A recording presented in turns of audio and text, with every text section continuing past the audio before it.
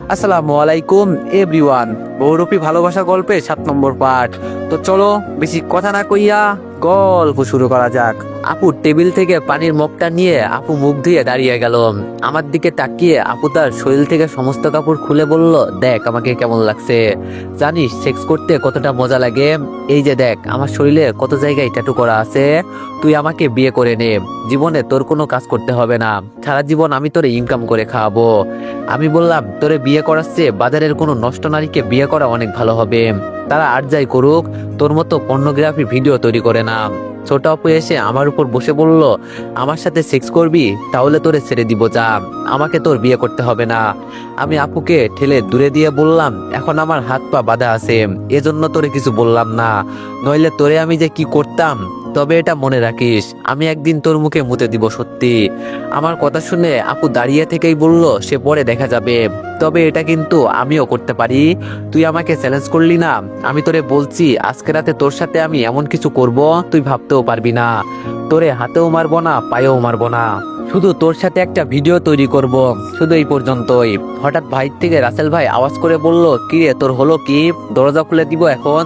রাসেল ভাইয়ের কথা শুনে ছোট আপু কাপড় পরতে পরতে বলল, ভিতরে চলে আয় ভাইয়া। রাসেল ভাই দরজা খুলে ভিতরে চলে আসলো। ছোট আপু আমার কাছে এসে আমার ঠোঁটে ওর ঠোঁট লাগিয়ে দিল। আমি শুধু চুপচাপ দাঁড়িয়ে আছি। কিছুক্ষণ পর আমাকে ছেড়ে আপু বলল, একটা সত্যি কথা কি জানিস, আমি এই গ্রামের সবার সাথে একটা করে ভিডিও বানাবো, তোরেও ছাড়বো না। তবে এর মাঝে তোরে বিয়ে করে তোর সাথে বাসর রাতের ভিডিও বানাবো, একদম লাইভ করব, কি বলিস? যাতে আমরা আরো বেশি ভাইরাল হতে পারি। আমি চোখ গরম করে বললাম, 1 মাসে কি সময় চলে যায়? আরো অনেক সময় থাকে, দেখাই যাবে। ছোট আপু এবার বলল, ভাইয়া ওকে নিয়ে ওটার সাথে বেঁধে রাখ রাত পর্যন্ত, ওর সাথে আমার কিছু হিসাব নিকাশ বাকি আছে। রাসেল ইশারা করতেই একটা ছেলে এসে আমার হাত বেঁধে দিল।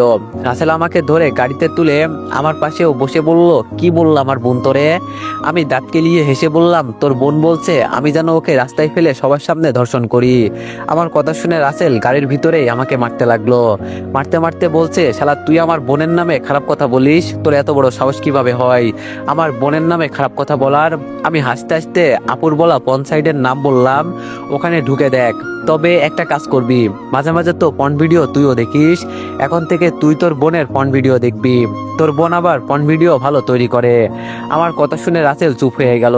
ওর চোখে মুখে আবার কেমন যেন একটা টেনশনের চিহ্ন দেখা যাচ্ছে। গাড়ির ভিতরে হঠাৎ রাসেল আমার হাত ধরে বলল, তোরে আমি আমার সবকিছু লিখে দিব, আমার যত জমি আছে সব আমি তোর নামে লিখে দিব, তাও তুই আমার বোনকে বিয়ে কর। আমি বললাম, ভালো একটা কথা বললি, এখন আমি যদি তোরে বলি আমি তোরে 5 কোটি টাকা দিব, বিনিময়ে তুই পর্ন স্টারকে বিয়ে করবি, করতে পারবি কি? এই ধর বিখ্যাত পর্ন স্টার মিয়া খলিফা, তুই তাকে বিয়ে করতে পারবি? রাসেল পিস্তল বের করে আমার মাথায় ধরে বলল, তুই আমার বোনকে ওদের সাথে তুলনা দিস? আমি হাসি দিয়ে বললাম, তোর বোনকে আমি অনেক কিছু বলে এসেছি, সেগুলো আমার ফোন করতে হবে না। এখন আমাকে মারলে তোর বোন তো রাতে আমার সাথে ভিডিও বানাবে, তখন কি হবে? এই কথা বলে আমি হাসতে লাগলাম। হাসতে হাসতে বলছি, কখনো ভাবি নাই আমার পরিবারের মানুষগুলো আমার বিরুদ্ধে দাঁড়াবে। আগে শুনতাম মানুষ বলতো রক্তের সম্পর্ক ছাড়া একমাত্র কেউ আপন হয় না, কিন্তু এখন দেখি তার উল্টো। আমার কথা শুনে রাসেল আর কিছু বলে নাই, চুপচাপ গাড়িতে বসে আছে। কিছুক্ষণ পর একটা নিরিবিলি পরিবেশের সামনে গাড়ি গিয়ে থামলো। এখানে আশেপাশে আমি তেমন কাউকে দেখতে পাচ্ছি না, হয়তো এখানে কেউ থাকে না, তবে সামনে একটা বিল্ডিং আছে শুধু। এটা দেখে কেমন গোডাউন গোডাউন মনে হচ্ছে। আমাকে ধরে ভিতরে নিয়ে গেল। ভিতরে গিয়ে দেখি একজন মহিলা, একজন পুরুষ আর একটা মেয়েকে বেঁধে রেখেছে। আমাকে ওদের পাশে বেঁধে রেখে রাসেল বলল, ওরা হলো রিমির বাবা মা, তোদের সেনাবাহিনী কি অসহায় দেখ। আর রিমি ম্যাডাম মেজর হওয়ার পরেও আমার কিছু করতে পারছে না, যেখানে তো তুই সামান্য একটা মহিলা মাত্র। আমি বললাম, আমাকে ময়লা ভেবে ছেড়ে দিস না, নইলে তোর অনেক বড় ক্ষতি হবে, যেটা তুই চিন্তাও করতে পারবি না। রাসেল আমার মুখে লাথি মেরে বলল, কুত্তার বাচ্চা চুপচাপ এখানে বসে থাক, কথা বলে মেজাজ গরম করবি না, নইলে খুব খারাপ হবে। আমি বললাম, মরার আগে আমাকে মেরে ফেল, নইলে তোরা সবাই বিপদে পড়ে যাবি। আমি যদি এখান থেকে একবার বেঁচে ফিরি না, তাহলে তোদের খবর আছে। রাসেল বলল, তাই নাকি? সে পরে দেখা যাবে, এখন এখানে থাক, আমি একটু রেডি হয়ে আসি, তোর সাথে আবার আমার বোনের বিয়ে দিতে হবে। জানিস তো হাতের আঙ্গুল যদি সোজা করে কাজ না হয় তাহলে সেটা বাঁকা করতে হয়। আমার কথা আবার কেউ মানতে চায় না, যখন আমি জোর করে কাজ করি তখন ঠিকই সবাই মানে। তোর সাথে হয়তো সেটা করতে হবে। আমি বললাম, যা তুই চেষ্টা করে দেখ যদি পারিস। রাসেল আর কিছু না বলে হাসতে হাসতে চলে যাচ্ছে। আমাকে শুধু বলে গেল, সে তো সময় হলেই দেখা যাবে কেমন। রাসেল চলে যাওয়ার পর দুইটা ছেলে দরজার সামনে দাঁড়িয়ে আছে দেখতে পারছি। আমি পিছনে তাকিয়ে রিমির বাবাকে বললাম, আঙ্কেল আপনার মেয়ে আমাকে এখানে পাঠিয়েছে, আপনি কোনো চিন্তা করবেন না, আমি আপনাকে এখান থেকে বের করে নিব। এই বলে আমি আমার পায়ের ভিতর থেকে চাকুটা ধীরে ধীরে হাতে নিতে লাগলাম। আমার হাত পা বাঁধা আছে। অনেক চেষ্টার পর হাতের দড়িগুলো কেটে দিলাম। সামনে তাকিয়ে দেখি ছেলে দুইটা বসে বসে আড্ডা দিচ্ছে। আমি কোনো মতে পায়ের বাঁধগুলো খুলে পিছন থেকে পিস্তল বের করলাম। সবচেয়ে মজার বিষয় হলো আমার কাছে যে পিস্তল ছিল ওরা কেউ বলতেও পারে নাই। আমি ধীরে ধীরে দরজার কাছে চলে গেলাম। আস্তে করে বললাম, কি ব্যাপার, তোমরা আমাকে না মেরে এখানে বসে আছো? ছেলেগুলো আমার দিকে ঘুরে তাকাতে তাকাতে আমি সরাসরি ওদের গুলি করে দিলাম। আর দুইটা ছেলে ধপ করে মাটিতে পড়ে গেল। আমি ভিতরে গিয়ে রিমির বাবা আর মাকে বাঁধন খুলে দিলাম। রিমির বোনের দিকে তাকিয়ে দেখি মেয়েটা আমার দিকে কেমন যেন রাগী দৃষ্টিতে তাকিয়ে আছে। বুঝলাম না আমি আবার কি করেছি। বাইরে এসে দেখি একটা বাইক শুধু আছে এখানে। আমি বাইকে উঠে বললাম, আপনারা আমার পিছনে বসে পড়েন।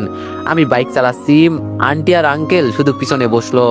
মাগার রিমির বোনের বসার জায়গা হচ্ছে না। তবে রিমির থেকে হয়তো কিছুটা ছোট হবে ওর বোন। রিমির যে একটা ছোট বোন আছে এটা আমার অজানা ছিল।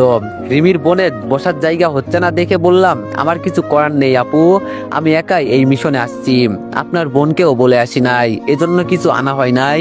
আপনি যদি মাইন্ড না করেন আমার সামনে বসতে পারেন, তাছাড়া ওরা হয়তো এখন চলে আসবে, ফলে আমরা বিপদে পড়ে যাব।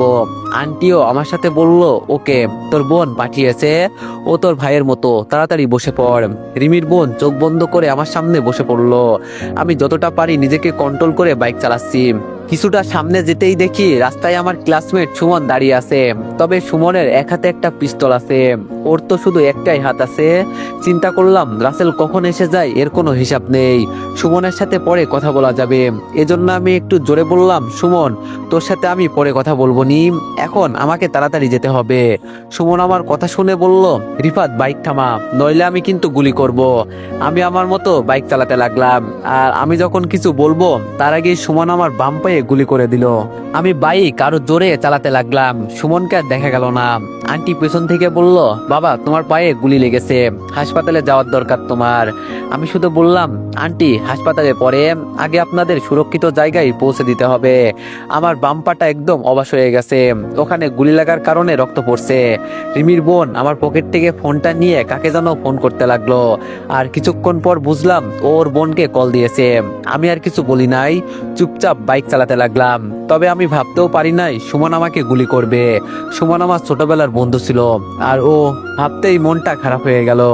আন্টি ওনার ওড়না দিয়ে আমার পা বেঁধে দিয়ে বলল, বাবা প্লিজ ওখানে একটা হাসপাতালে নিয়ে চলো। আমি বললাম, তার আর দরকার নেই আন্টি, আমি যেতে পারবো।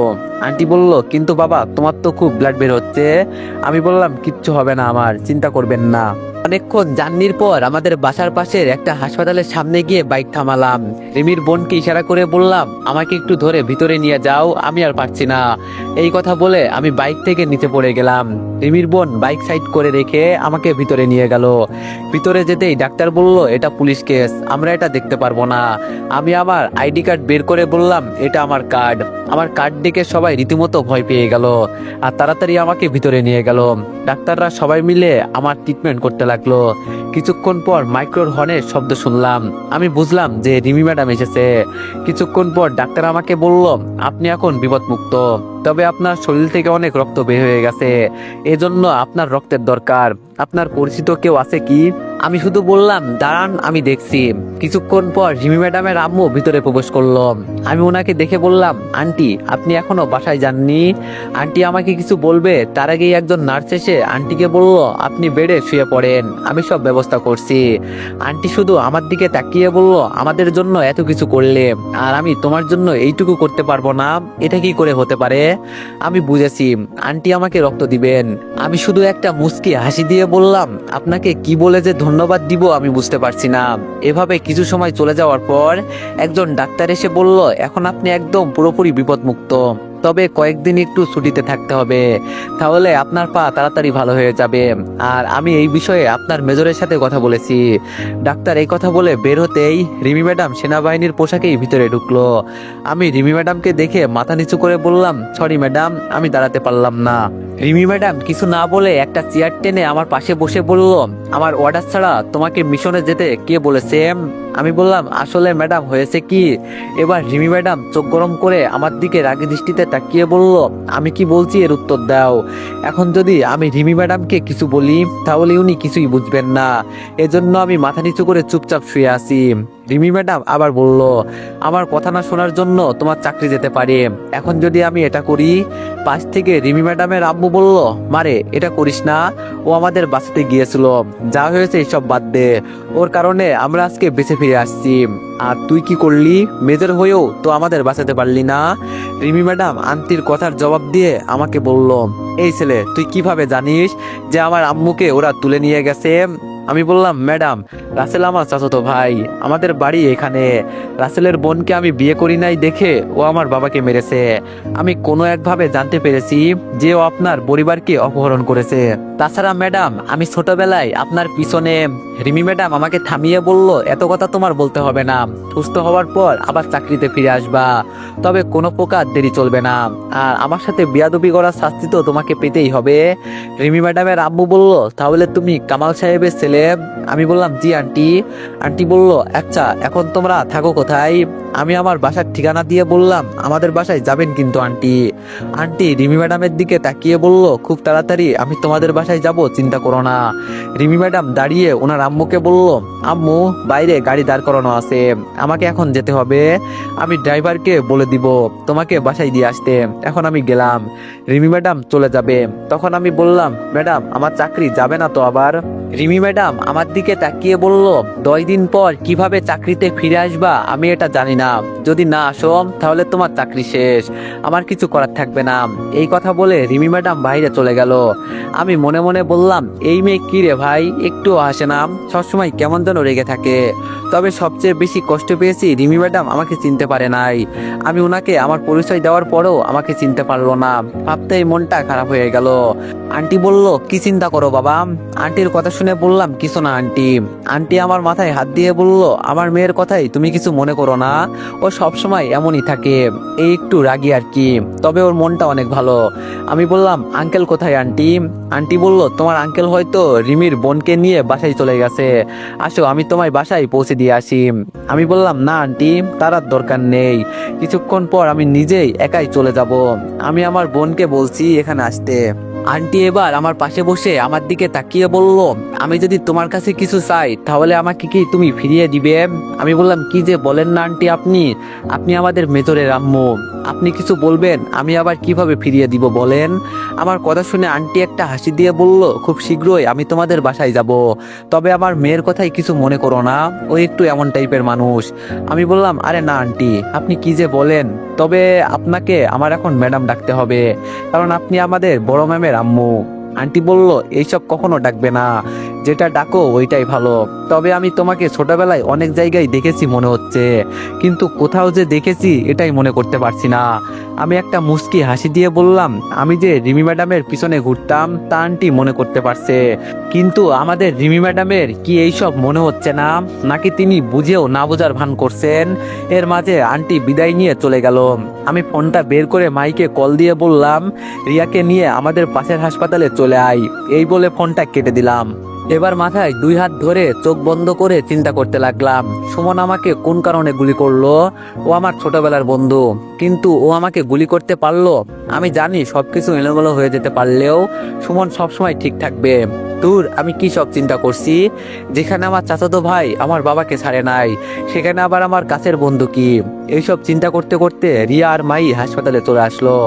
মাই এসে আমাকে জড়িয়ে ধরে বলল, ভাইয়া তোর কি হয়েছে? আমি হাসি দিয়ে বললাম, তেমন কিছু হয় নাই, তবে এই পায়ে শুধু একটা গুলি লেগেছে। চিন্তা করিস না, খুব তাড়াতাড়ি সুস্থ হয়ে যাব। রিয়া আমার দিকে তাকিয়ে বলল, তোরে আমি আগেই বলছিলাম তুই একা যাস না, কিন্তু আমার কথা তো আর শুনলি না। এখন কি বাসায় যাবি? আমি বললাম, এখন বাসায় যাব। আমি মাইকে আর রিয়াকে ধরে কোনো মতে হাসপাতাল থেকে বের হলাম। মাই আর রিয়া আমার দুই পাশে বসলো। হঠাৎ করে রিয়া বলল, রিফাত, আমার বিয়েটা ভেঙে গেছে। আমি রিয়ার দিকে অবাক চোখে তাকিয়ে বললাম, কি বলিস? তোর বিয়ে আবার কিভাবে ভেঙে গেল? রিয়া বলল, বাসায় চল, তারপর তোরে আমি সবকিছু বলছি। গাড়ির ভিতরে রিয়ার সাথে আর তেমন কোনো কথা হয় নাই। বাসায় যাওয়ার পর আম্মু একটু কান্না করছে, তবে আম্মু আমাকে এটাই বলেছে, যে কাজে নিজের জীবন যাওয়ার ঝুঁকি আছে সেই কাজ করতে হবে না, আগে নিজের জীবন তারপর কাজ। রুমে যাওয়ার পর আম্মু আমাকে নিজ হাতে খাইয়ে দিয়ে চলে গেল। একটু পর রিয়া একটা আম খেতে খেতে রুমে ঢুকে বলল, কিরে রিফাত, কি করিস? আমি রিয়ার দিকে তাকিয়ে বললাম, এই তো শুয়ে আছি। রিয়া আমার পাশে বসে বলল, তোর চেহারা আগের থেকে অনেক সুন্দর হয়েছে। আমি বললাম, তাহলে একটা কিস কর। রিয়া আমার দিকে চোখ ঘুরিয়ে বলল, উল্টাপাল্টা কথা বললে একদম তোর মুখে দিব।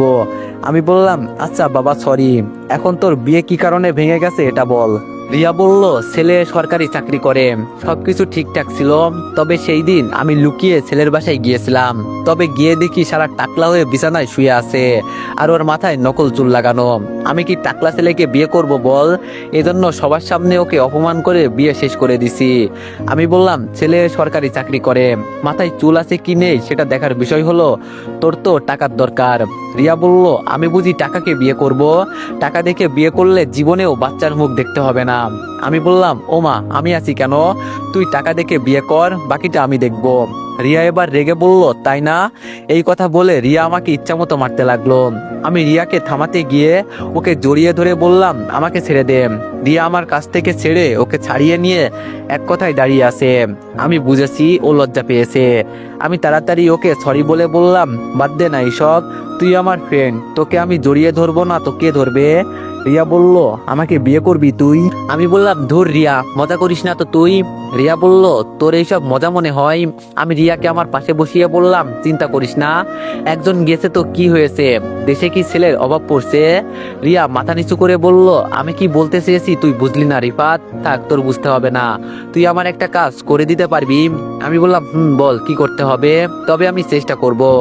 রিয়া বলল, তুই তো জানিস আমি আগে কি কাজ করতাম, এখন আমি চাই আমার কাজগুলো তুই কর, আমি যতটা পারি তোরে সাহায্য করব।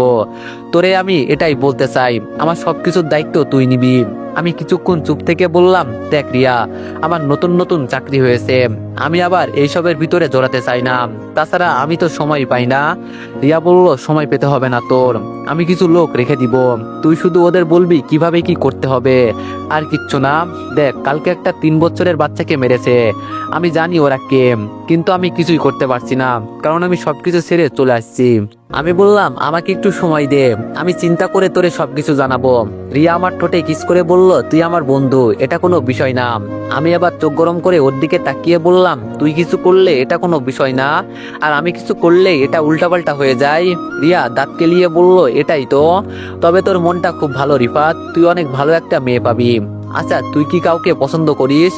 আমি বললাম, সব কথা যদি তোরে একদিনে বলে দিই তাহলে কি হলো, অন্য একদিন বলবো। রিয়া বলল, তাহলে এখন কি আমি চলে যাব?